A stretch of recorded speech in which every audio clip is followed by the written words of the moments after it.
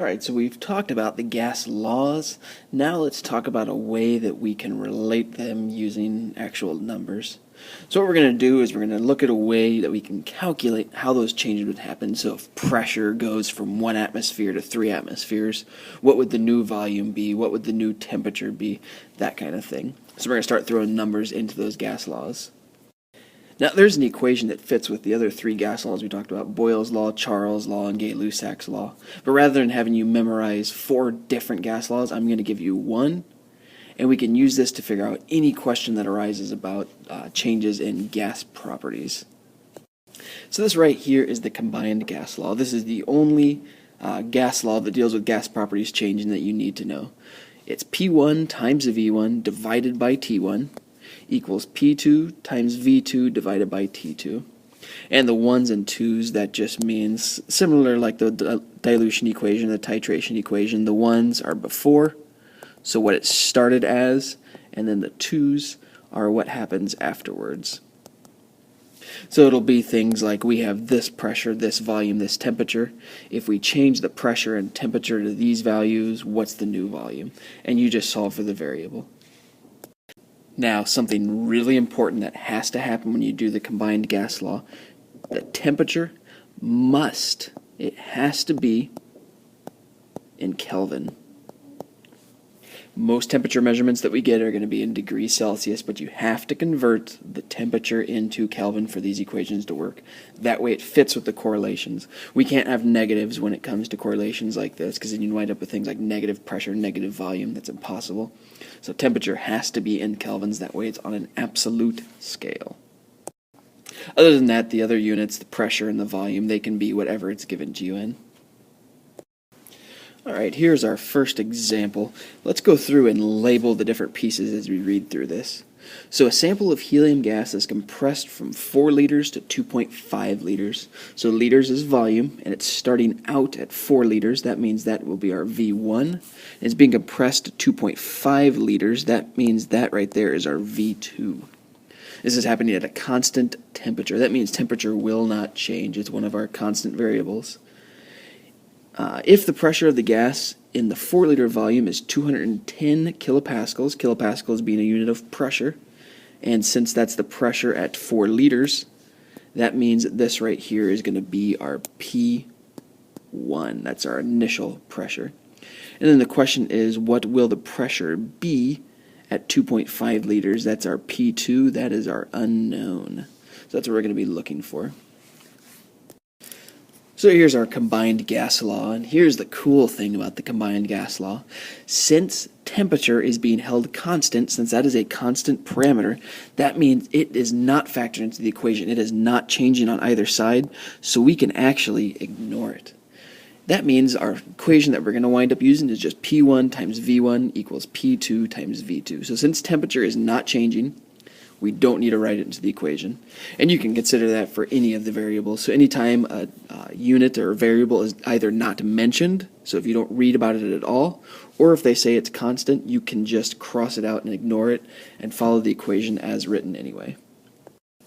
Alright, so here is the equation with the numbers plugged in. We have our P1 at 210 kilopascals times 4 liters, that's our V1, equal to P2, there's our unknown variable that we're going to solve for, times the V2, which was 2.5 liters.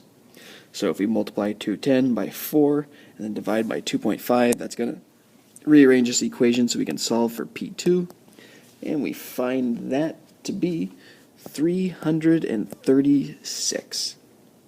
So now a question that's going to arise a lot is, what are the units of pressure then? So with these combined gas laws, whatever unit we start with is going to be what we end with. The units aren't going to magically change throughout. So since the pressure was in kPa beforehand, that means the pressure is going to finalize at kPa. So that means the pressure after we change the volume, after we compress it, is going to be 336 kilopascals. Something good to do is to think about your answers as well to make sure that it makes sense. So if we change the volume from 4 to 2.5, that means we are lowering the volume, so we're decreasing the volume. Now, according to Boyle's law, if we decrease the volume, what should the pressure do? That's right, the pressure should go up. Those two are inversely correlated. So that means the pressure should have increased. Let's see, it started at 210. It wound up at 336. That makes sense. Pressure went up just like it should have, according to Boyle's law. If you would have calculated this and got a smaller number than 210, go back and check your work. Alright, if you feel like you're doing okay with this, go ahead and pause the video at this point, give this practice problem a shot using the combined gas law, and then resume it just to check your answer. If you're still a little bit muddy on this, follow along with me, and then we'll do some other practice problems later you can do on your own. So a sample of gas at 40 degrees Celsius occupies a volume of 2.32 liters. If the temperature is raised to 75 degrees Celsius, what will the new volume be? So step number one, something really important since we're dealing with temperature here, is to not leave this in degrees Celsius. So the first thing I'm going to do is cross that out and convert it. So 40 degrees Celsius, and we need to convert that into Kelvin, which means that we add 273. And so that means that our actual temperature in Kelvin instead of Celsius is going to be 313. Okay. So when you see a problem like this, that should be the first thing you do. Anytime you see the degrees Celsius, change it to Kelvin.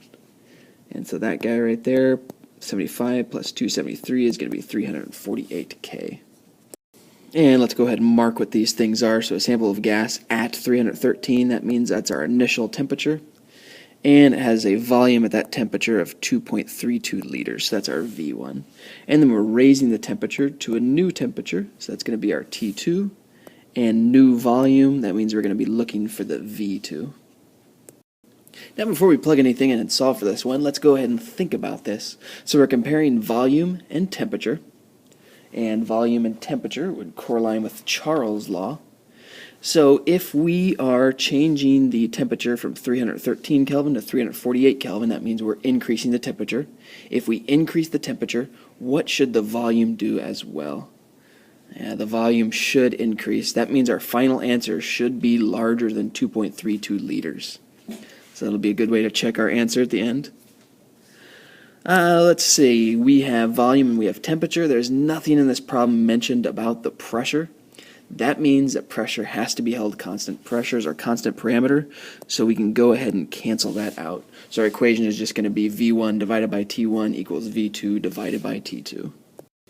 Alright, so there it is with the pressure canceled out and with the numbers plugged in. So 2.32 liters, that was our initial volume, divided by 313 Kelvin, equals V2, that's our unknown, divided by 348 Kelvin. So to solve this one, we're going to go ahead and cross multiply.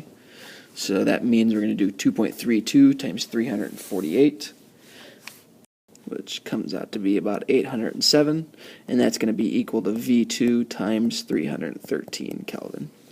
And then to finish off the solving, we just divide both sides by 313 so that it cancels out on that side. So then we wind up with the final volume of 2.58. And the units on that, since it's volume, is going to be liters, since it has to match what it was before. So V2 is going to be the same thing as V1 as far as units go. And we can see that we went from 2.32 to 2.58, which means that the volume did increase, which makes sense since the temperature also increased. Those particles are moving faster with more kinetic energy, therefore they're going to spread out and occupy a larger volume. So here's another practice problem. Once again, if you're feeling comfortable with it, go ahead and pause it, try it yourself, then resume to check your answer. I'll move a little bit quicker through this problem so we can make this video a little bit shorter. Okay, I went through, and first thing was I converted all of my degrees Celsius into Kelvin. So 60 degrees Celsius is 333 Kelvin, and that's our temperature 2. And then 22 degrees Celsius is 295 Kelvin, and that's our T1. And we're dealing with our P1 here of 3.2 atmospheres, and we're looking for the P2. So if we look at the combined gas law, P1 times V1 divided by T1, we don't have pressure, volume, and temperature though. We just have pressure and temperature. That means that volume has to be held constant, so we can ignore that. And the equation is just going to wind up being P1 divided by T1 equals P2 divided by T2. So we plug our numbers in then, and we're left with the variable of P2, and we're going to solve for that. Let's Let's think about this one first, though. If we are taking the temperature and we're rising it from 295 to 333, so temperature is going up, what should pressure do as those molecules start moving faster with more kinetic energy because of the increase in temperature? They're going to start hitting the sides more often and with more force. That means pressure should go up as well, according to Gay-Lussac's law.